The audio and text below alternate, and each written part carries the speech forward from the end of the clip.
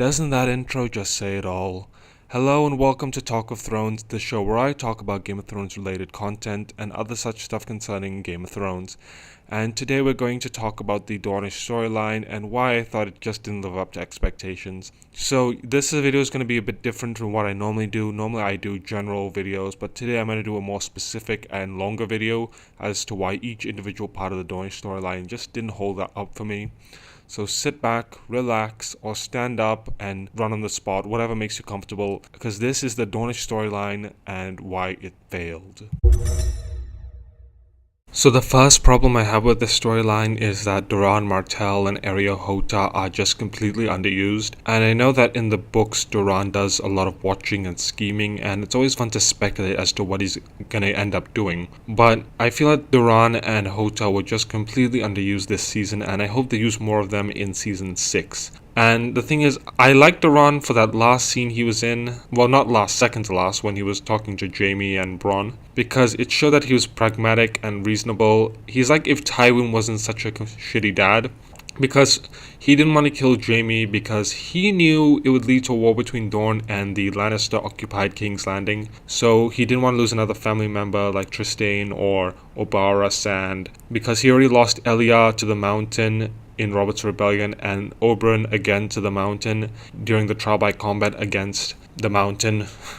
Mountain. I know I'm saying the word mountain a lot. And yeah, he didn't want to lose another family member, and he wanted to keep the peace between the Lannisters and the Martells to ensure that he didn't lose another loved one, like his son Trystane, which I just mentioned. When I heard they were going to cast Alexander Siddig in there, I was super excited because he's a great actor, he has some great acting credits to boot, and he's built up a good resume over the years.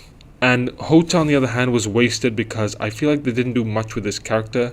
He was like Darth Maul, he had a lot of potential to be awesome, but all he does is stand by Doran, the second most underutilized character, break up a fight between the Sand Snakes and Jaime and Bronn, and slap Bronn. That's all he does. It was such a waste of a potentially awesome character, but that's the least of our problems here. We're gonna get into the real shit next when I talk about the Sand Snakes. So now let's get into the real fucking horse meat of the Dornish storyline. So in this storyline we have Obara, Nymeria, and Tyene, 3 out of the 8 Sand Snakes. Now, I know a lot of people blame the actors for the failure of the Sand Snakes, but keep in mind, actors have to place a lot of faith in their writers and directors, so Dan and Dave could be to blame for this as well. In fact, they are to blame.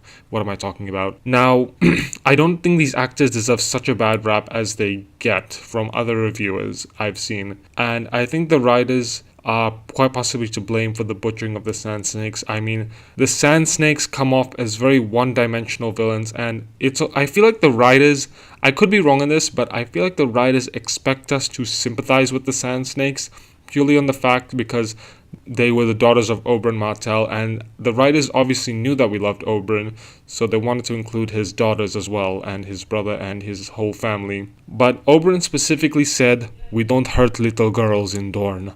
And one would expect that the daughters of Oberyn fucking Martell to follow Oberyn fucking Martell's philosophy. I'm really pissed off at this, my friends.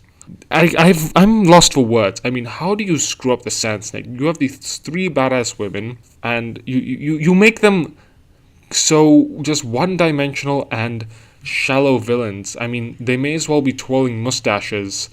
That's how one-dimensional they are. What they could have done was they could have had some of the Sand Snakes they could have had Obara and Ellaria be opposed to war, because in the books Ellaria is very much opposed to war. She's the only non-batshit crazy woman in Dorne, and Nymeria could be stuck in the middle between Obara and Tyene, because Tyene could be the one that really wants war.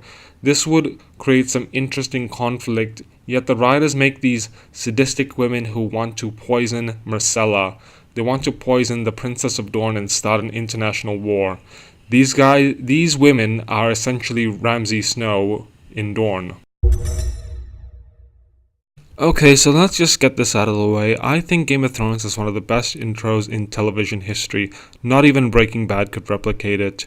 But for some reason, this intro really pisses me off for one stupid little reason, and this stupid little reason didn't need to exist had more people been paying attention to detail. And that is coming up right now.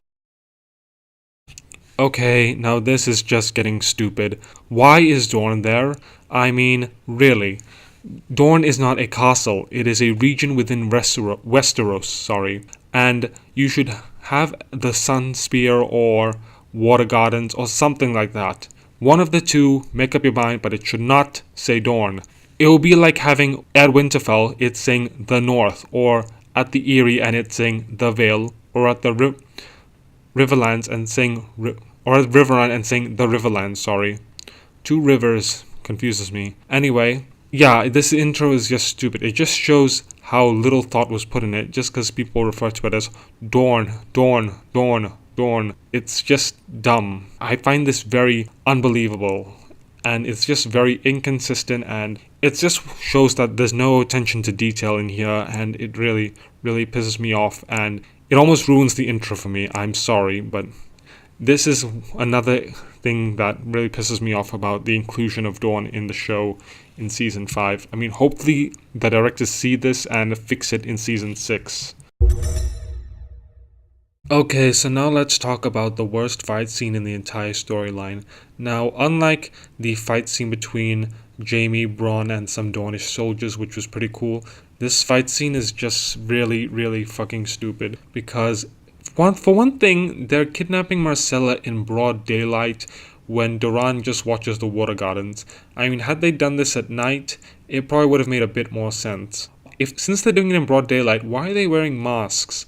I mean, they are daughters of the Prince of Dorne, Oberyn, so obviously Doran is going to recognize them because he's their uncle, and Holt is going to recognize them because he's the captain of their family fucking guard. Also, this fight scene just looks very uncoordinated, and it just feels like weapons are getting in place for this purpose of being hit. I'm sorry, but that's not how combat works. I mean, this is the show that gave us the awesome fight scene between the Red Viper and the Mountain, and some really awesome fight scenes, but this just felt stupid to me. Also, it just looks very wonky because I remember there was this one part in the fight scene where Nymeria takes out a whip when she's trying to kidnap Myrcella, but then it turns into a dagger in the next shot after it cuts away. So yeah, it just looks very stupid. I mean, even if I'm not usually one to notice these type of things, but if I notice it, you can tell that it's pretty bad. Anyway, yeah, then this fight scene just keeps on going on, and it's just looks very stupid because these two parties, Jaime and Bronn and the Sand Snakes, happen to be trying to kidnap Myrcella at the exact same time in broad daylight, while Doran is overlooking the water gardens, presumably. So yeah, this is just stupid. So shouldn't Doran's response be sooner unless he wanted this fight scene to happen, which I doubt is what he wanted, because he wanted to keep peace between the Lannisters and Martells. But what really makes this fight scene annoying for me is this fucking stupid line. I am Obara Sand, daughter of Oberyn Martell. I fight for Dorne. Who do you fight for? Yes, because that's what I would say when a big man tries to break up a fight that I'm involved in. This line is so stupid because it just reminds us of Obara's relationship with Oberyn. I mean, we already know that she is the daughter, and she says she fights for Dorne, when it's just stupid because why would you say that even? It's just dumb. You don't need to remind us of your relationship with your father. We know that. You told us in the previous episode. You said that my father tossed a spear and asked me to choose between my mother's tears and a spear, and I chose the spear. We heard you the first time. We're not goldfish, we're people. Our attention spans are bigger than that, Dan and Dave, if you're watching this, which I doubt you are. Yes, but this line was stupid for so many reasons, and I can't even comprehend its stupidity. If it weren't for this line, this fight scene and this line made this whole episode unbearable for me.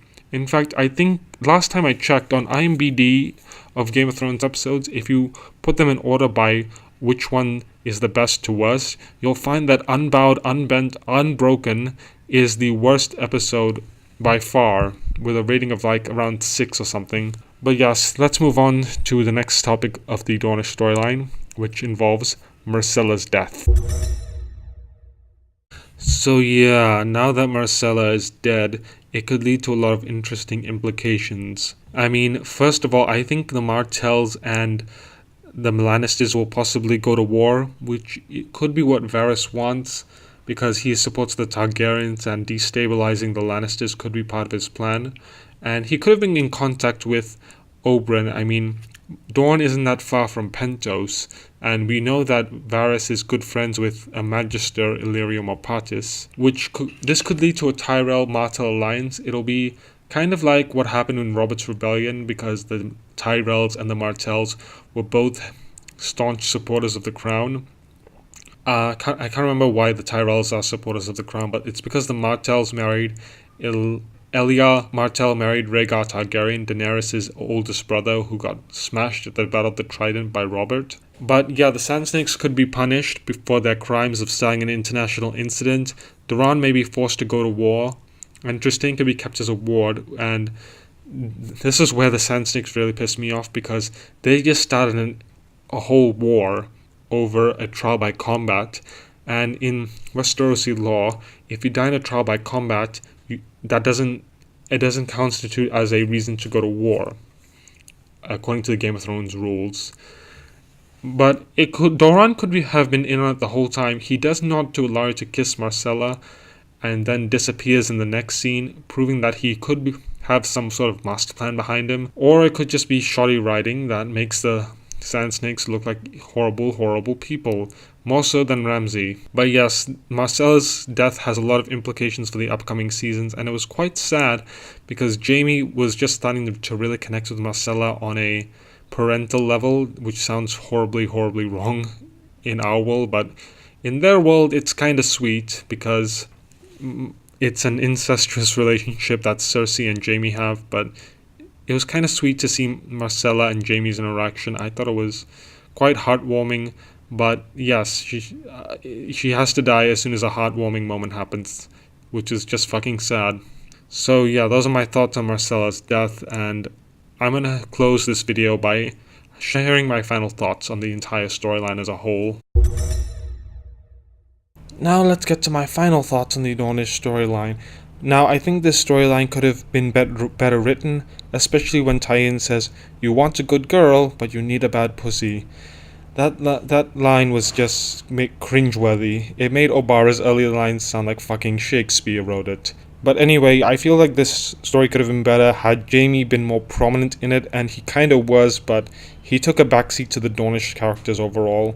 I just hope the writing is better in Season 6, and the Sand Snakes grow and change, kind of like what Jaime had. I mean, maybe, I could be wrong. I mean, I'll give Dan and Dave the benefit of the doubt and say that the Sand Snakes could come off as these horrible, horrible people, but in the end they could be the ones that actually save the day in the end.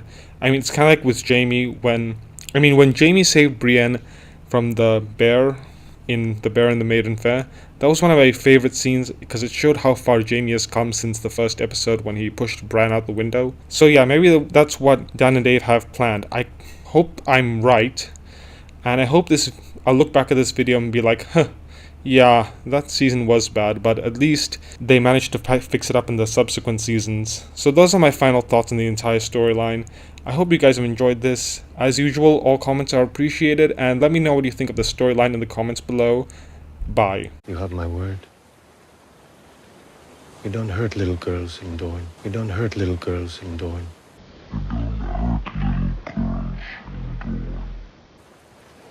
Everywhere in the world they hurt little girls.